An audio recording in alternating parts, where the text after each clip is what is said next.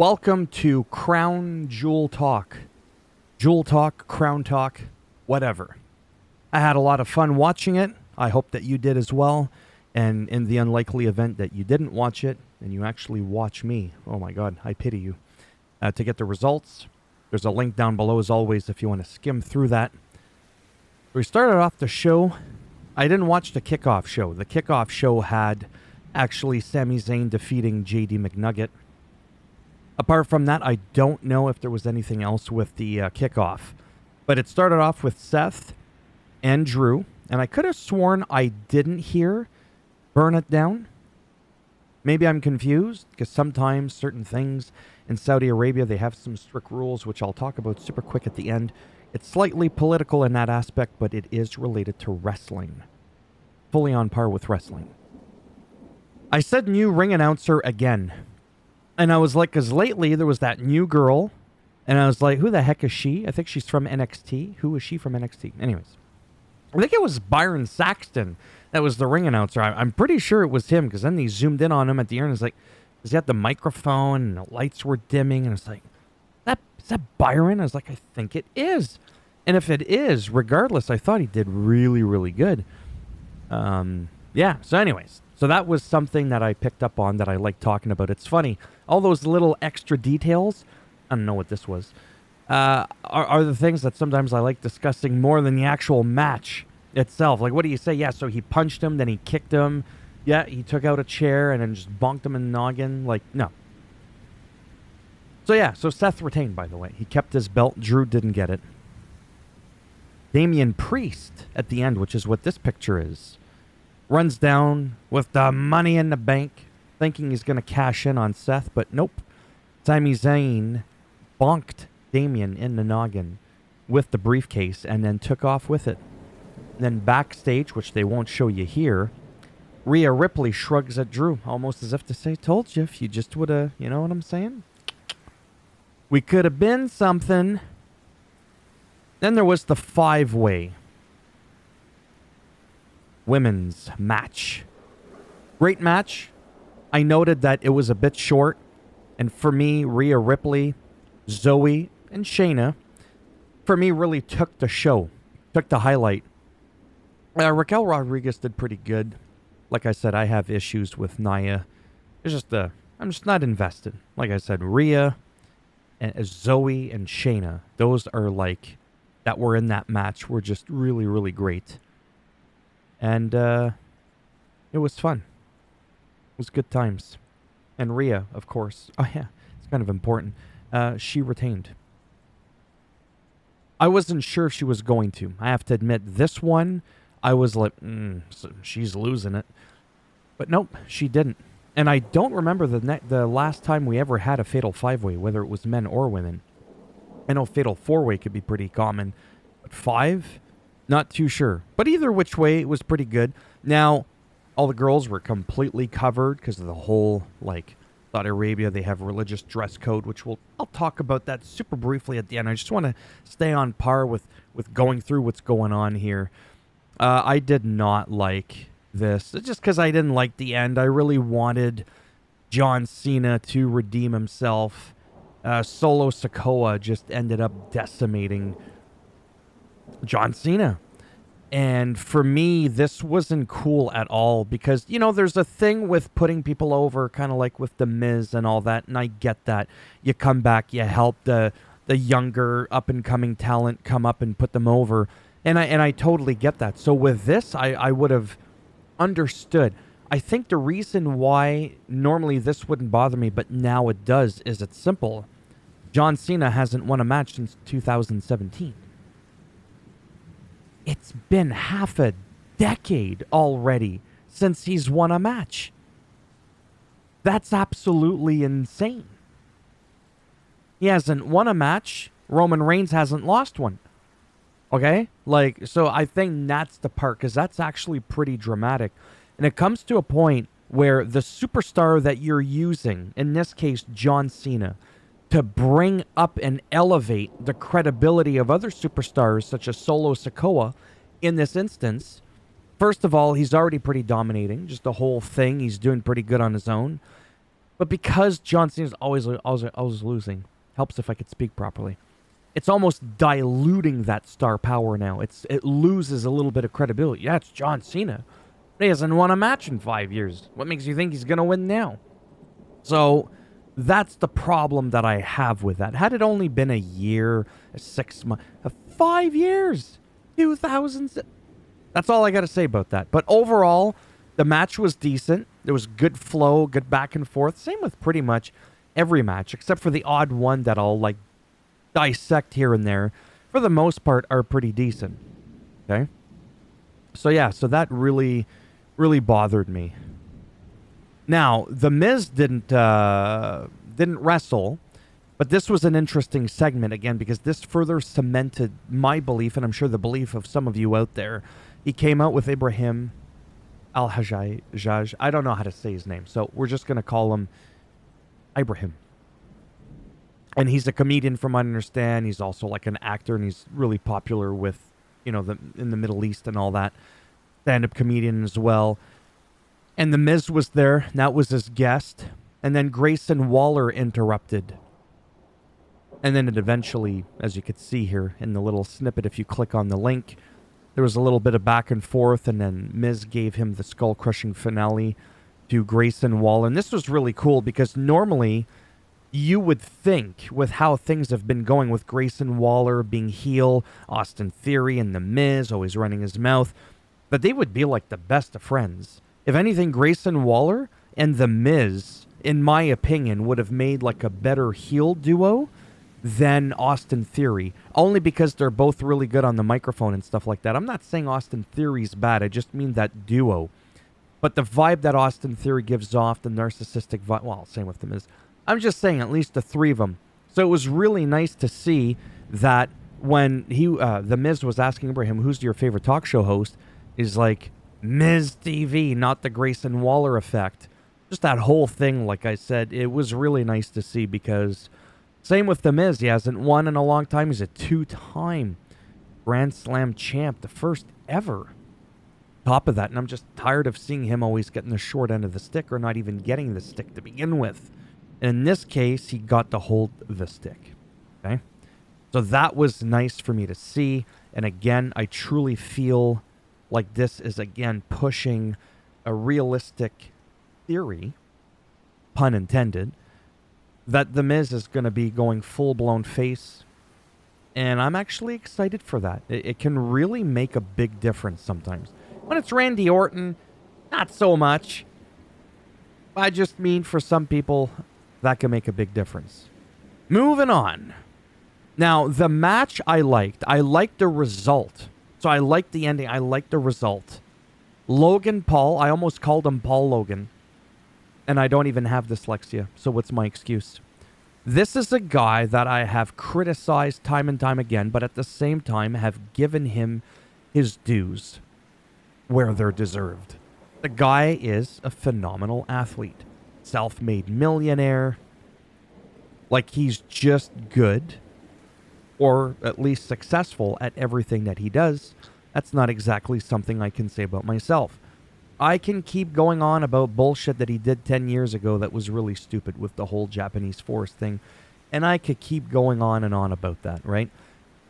As stupid as that was, I've done stupid shit. You've probably done stupid shit, said stupid shit. I think we've all done some pretty messed up stuff. I almost said the R word by accident.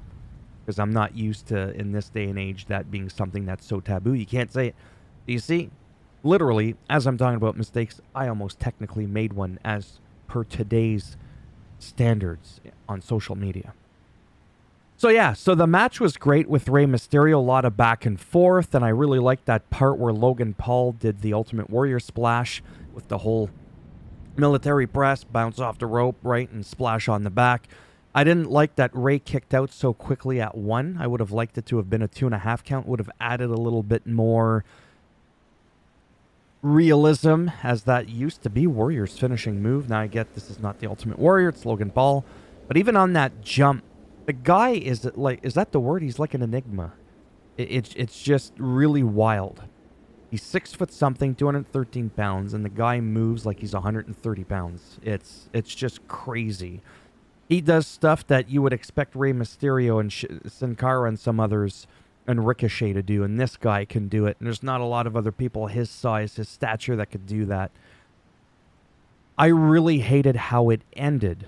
I didn't hate that it ended with him as champion. I hated the whole brass knuckle bullshit thing. The guy is already so amazing. I get it. He's a heel. Okay, great. But it comes to a point where sometimes it's all about credibility. You could trash talk and still make fun of people and do your heel stuff that you do on the day-to-day basis. You don't always need to cheat or have distractions in order to pull off a win. I get that that's how wrestling has been since the dawn of time, and maybe this is why it's a good thing that I'm not at the helm of wrestling creative for any promotion. I would sometimes have that stuff in there, but not for a big match. I don't know. I really didn't like it. Love that he won. I didn't like how he won, if that makes any sense, okay? But yeah, this match to me was one of my favorites of the night, truthfully. And that's now happened a couple of times, quite oftentimes, with Logan Paul. Like I said, I have to. I feel like I have to be non-biased. And yeah, to me, I look at him and he still has that goofy little face on him that you just sometimes want to punch in the snout. But maybe he's changed. You know, I think he's married now or getting married or something. I think he's engaged. He's in wrestling. He's doing something right, because for crying out loud, he's like better than more than half the roster backstage. And, you know, I look at a guy like this, I'm like, he's not taken seriously. Yeah, sure, he's sucking back his creatine, lifting his weights. Good for him. He's got the physique. But he can actually wrestle. He can actually do moves that a lot of people cannot do. So he's doing something. And again, because I have such a huge passion, as I'm sure some of you obviously as well do, especially if you've made it this far in the video, will share as well his sentiment of the passion for wrestling. There's no denying that he has that. So, anyhow, so that's that. Okay? Now, for the next match, I really, really hated this with a passion that burns brighter than 1,000 suns. So, I have no idea who this is. I told you before. I'm never going to pretend like I know, but Kairi, I think is her name. I wrote it down. Kairi. So, my understanding... Well, first of all, Io Sky and Bianca Belair was a great match. The problem was Io was surprised because Bayley just showed up at ringside and she wasn't supposed to. Damage Control was supposed to be barred from ringside. And then Kairi came out, and I'm like, who's this? And then there was distractions. Bianca lost. And I was like, it was just so dumb. You could have still had her lose, have the distractions, still have these people come in, but it not be the result of her downfall for Bianca. So that would have actually made her look really strong despite everything. But the interesting dynamic here, which is thanks to Michael Cole, of course, is that from what I understand, Kairi was beaten up a few years ago and kicked out of WWE or whatever by Bayley. And then Bayley now at this point is on the outside. So that's going to be interesting because these two clearly are friends. But then she's friends with Bayley. But Bayley and this girl, not so much. So that's going to be interesting. Are we just going to pretend like it never happened? I don't know. I'm actually really intrigued to see where that storyline's going to go now that she's back. I don't even believe she's ever been in WWE. Like, I mean, at the main level, like Raw, SmackDown, pay-per-view level. I think it was just NXT. So yeah, so that's that. My take on that. Man, that was awesome. Cody Rhodes did defeat Damian Priest. We had McNugget that came out, got the barbecue sauce knocked right off his chin. Sorry, I made myself laugh. If you didn't laugh, that's okay. I don't recall selling a ticket. I have no obligations to make you laugh. This was great. And then Grand Slam Finn, he's on the ground. It was just great. Dirty Dom, too. Everybody came out, and then Jay's like, what? Pop, pop. And had the chair, scared them all off. Again, this was just a really, really solid match. I don't know why I do this, but when I think of Damian Priest, I think of Oh my God, I'm having a brain seizure for a moment there. I think of Baron Corbin, a guy who's very capable in the ring, and like I don't know, and I think it's because they're a bit tall and all that. So yeah, physically and on the same kind of level, I really do put Damian Priest and Baron Corbin in that same light. And to me, that's a good light. That's a bright light. That's got like a lot of lumens behind it, which I think is how you rate brightness. Anyways. So yeah, so I see him. He lost. Good for him. It was just a great match overall. And I hope that I see, or we see, if you care, Baron Corbin in the future. That's what that made me, that's what it reminded me of. Yeah, this was, like I said, almost every match usually is fairly half decent, and I normally don't have a lot to actually say about the actual back and forth action on a match. It's more this kind of shit, like I've said. So that was great. Great shot, too. Now, this. I mean, I saw it coming, but the way it ended again was fucking stupid. It was just really, really dumb. So let me share with you. So Roman Reigns versus LA Knight. Yeah, Roman Reigns defeated LA Knight. Roman Reigns in 3.5 years, as of the making of this video, 1,162-day title reign. He's only defended the title 29 times. Hell, I think CM Punk in his first month as the 454-day reign had already defended it like a couple of dozen times or whatever, or like in the first couple of months or something like that. It was amazing. And I wish, and I get it, there's a real thing where Roman Reigns has toned down the amount of time that he's working, literally part-time, because he wants to be with family and all that and his kids. Hey, I mean, I can't relate, but I get it. I can, imagine what that would be like. But I'm thinking to myself, why are we giving this guy a near 4-year title reign on someone who's part-time? I'm not saying he doesn't deserve some spotlight. The whole bloodline thing for a while, that was fantastic. But I truly feel now is the time, or at least fucking soon, to have this guy drop the goddamn belt. It's nothing against Roman Reigns, the human, right? It's nothing against him. But either start defending it a lot more, quit having too many goddamn distractions. It makes Roman Reigns look even weaker. Not only are you coming out rarely, okay, but you've got Solo coming out, you got Jimmy coming out, even Wade Barrett, who's supposed to be a heel commentator, but I told you the whole heel commentator thing's a lot different these days, says LA Knight got screwed. Okay? If this was Jesse the Body Ventura or Bobby the Brain Heenan or any of those real heel commentators, they would have been like, listen, if you're not a part of the bloodline and you run solo on your own, this is what you get. That's it. There's always an excuse for it. So I miss that dynamic as well. In one way, it's kind of cool for Wade Barrett to show his colors, like, yeah. But at the same time, he's giving credit where it's due to everybody. Jesse the Body Ventura never would have done that, like I said. Bobby the Brain Heenan wouldn't have done that. I like how Paul Heyman does it.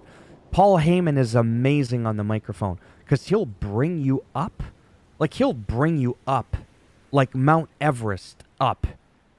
But as quickly as he brings you up that high, he brings you right down into the pits of hell, which is a lot deeper, a lot further of a distance to go than it is to go up Mount Everest. Yes, it is, by a long shot. Okay? So do some of that. It's like, oh, you've held the title for 3.5 years. That's great. Too bad in almost 4 years, you've defended it less than CM Punk did in 4 months. Something like that, like you praising and right? So that's that. Still have LA Knight lose. As much as I wanted him to win, Realistically, it makes no sense to have him win it before someone like Cody Rhodes. I'm just being honest. Had a lot of emphasis on that. And I get it. You don't always get what you want. But my point is, as much as I'm having fun watching wrestling, and it's so different than it was back in what I call the golden era, they do some really screwy story development. It's just, but the moment-to-moment action can still be incredible. Your Seth Rollins, your Sheamus, your LA Knights. Like, there's just so many great people. Your John Cena's when they're still around. Finn Balor, Cody Rhodes. Like, these are all incredible talents. They weren't around back when in the Hogan days of the 80s. They were still kids, right? So there's some people that are just as talented as those people, but just the whole creative side of things is just not the same. And that's the problem. Most fans, even if they're casual or hardcore, I don't know, I would argue that what happens in the ring, sure, it's important, but what happens on the outside, the character development, the story, is almost more important, really. Like, what's the use in working out like a mad bastard if you're going to sleep 4 hours a night and you're still going to eat KFC 5 times a week? I don't know. So that's my take on that. Like I said, very critical. I don't sugarcoat it. If I think something's really dumb, I will just say that is dumb. And again, that's just my opinion. I'm not an expert. It's just what I think. Right? But when you compare to some people like David Meltzer, yeah, he's got more experience than I do, of course, to be a wrestling analytical person. But I still have feelings. And for me, it was a mistake. An actual mistake to have Roman Reigns have his reign be so long for somebody who's a part-timer.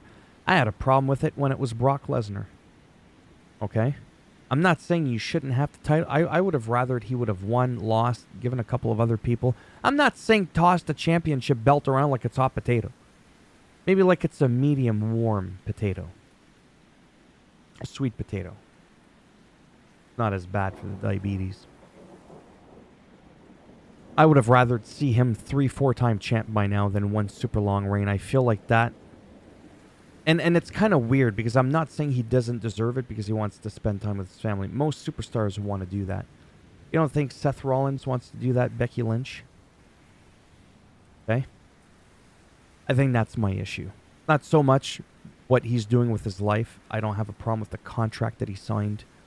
It's the whole, let's give the belt to somebody who's not necessarily younger or fresher, but someone who's, and again, I'm not saying he's not dedicated, but that is able to dedicate more to the business. Plain and simple. You're not gonna promote your part-timer to assistant manager in a store. I mean, maybe you could, but I just mean I'd rather give that to somebody who's actually full-time. That's all I'm saying. In the end, I enjoyed my time. I loved the crowd. And now we're going to get political. But for the sake of it having to do with wrestling, because it ties into the whole thing that I've discussed about before. And I don't want to keep dragging this out, keep going on and on about it. Not because it's divisive, not because it's political in nature, just because we don't need to beat the dead horse. We don't. So as you know, when I said the women have to dress really conservatively, and I kind of go, well, different nations have different ways of life, and if we expect people to come to our countries and respect our rules, then I suppose, within reason, we got to do the same thing for them. So, I want to talk to you about Rey Mysterio, but we'll get to that after. Let's talk about the ladies for now.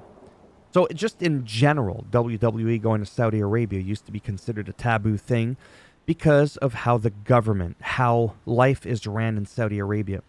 But when you outcast a nation, okay, you outcast an area, said, no, we're not going there. Look what they're doing. Look what they're doing. I don't support that. Well, there are just regular people that inhabit these places. They don't necessarily all support what the government's doing, right? So most of you watching me are probably American. So let's say you didn't like Trump. We're not going to get into it too much, but just a tiny bit. Let's say you didn't support Trump. You didn't like him. Or you did or you didn't, actually, is not even the point. And you're from another country. You can't look at the U.S. and go, oh, look who's running it. It's Trump. I'm not going there. Why? Not everybody that lives there supports him. Half the people did. But my point is that can sometimes taint and make you have a prejudice towards a group of people because you'll end up associating, well, these guys are bad. They live there. Look what they're doing to the women. It's not them collectively. It's the government. You could have like 90% of the people that aren't on board with it, but it doesn't matter. So that's why should they be punished? So that's why I was like, you know what? It does make sense. And I agreed with Sergeant Slaughter. Yeah, that's right. I can say that. We had a really mild, but discussion on it. And I agreed with him, and he agreed with me, that it's good to sometimes break down those barriers. And then we had Lacey Evans and Natalia, if I'm not mistaken, and that was the first ever women's match in Saudi Arabia. And okay, and from there, here's what happened here now, okay? So between 2017 and 2019, significant societal reforms were enacted in Saudi Arabia. This benefited women who were previously not allowed to drive, not allowed to attend a sporting or entertainment event without a man present, or even have a passport without male permission. That is so dumb. This sounds bad, but I don't care. I don't care the nation, the area, the country, whatever you want to call it, the culture. I don't give a shit. Equal rights for all. But anyways, let's just move on. In 2018, the Crown Prince Mohammed bin Salman explicitly said that women did not need to wear an abaya or the hijab in public in order to follow Islam. So that's cool, right? This permitted many women to choose what outer clothing they wore for the first time. And to me, that's... imagine not even being allowed to wear what you want. Like, what? You want to go for a drive. You can't. You can't wear a crop top and a skirt and go cruising down in your convertible Mustang. You can't do it. Like, that's ridiculous. But the guy could do it. The guy. No, that's stupid. But anyways. So that's that. And that's why you won't see the women in wrestling. I mean, there's no real way to sugarcoat it, but you're not going to see them all hooched out. You're not. You're not going to see their pants riding up their ass crack and all that sort of stuff, right? You're not. So, and then they respect that, so they dress like that. Now, the Rey Mysterio thing, back on this thing here, which is important. I've never been there, but from what I've read and asked around, in Saudi Arabia and probably other surrounding areas, you're not allowed to wear things, jewelry, depicting a different faith other than Islam. So with Rey Mysterio, the cross to Christianity, he would always have his mask not have the cross. However, this time around, Rey Mysterio had his mask with the cross on it. Now, I don't know how long that's been going on for, but my point is he had it on. So there are some things now that they're kind of allowing, they're letting loose on and stuff like that, right? Like I said, now women are allowed to drive cars, get licenses. They don't need no man permission or to be chaperoned, I think is the word, at a wrestling event. They don't need to do that. And to me, that's really cool because that's just how it should be. But Saudi Arabia was one of the last places on earth, if not the last place on earth, that didn't allow women to drive. So anyway, so that's why that whole thing, and there was the Khashoggi journalist that got murdered. And that's kind of like another story that's not quite on par with wrestling, but it kind of loosely does because it's those events that shaped Saudi the way it is in some people's minds, and as to why people say it's blood money. and that WWE shouldn't have any ties with an area that does that.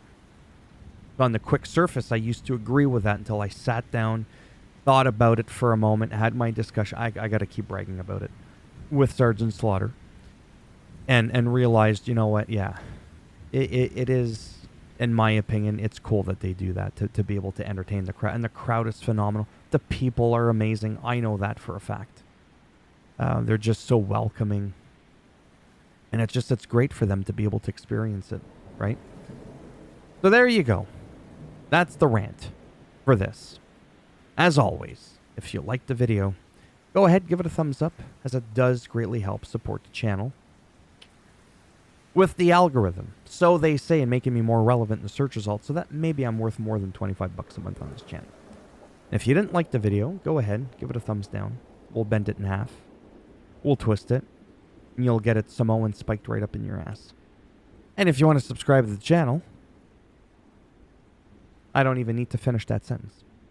You know what to do if you want to. And if not, thanks for stopping by anyways.